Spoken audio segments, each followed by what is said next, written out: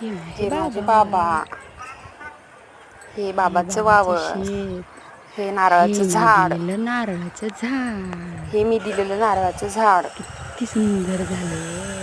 हे माझ्या तिथं झालं होतं असं, माझ्या देवासमोर मी दिलं आईला लावायला. माझ्या बाबाचं वावर,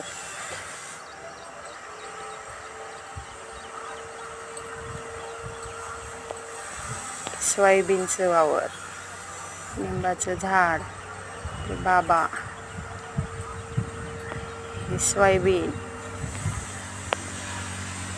हे मी.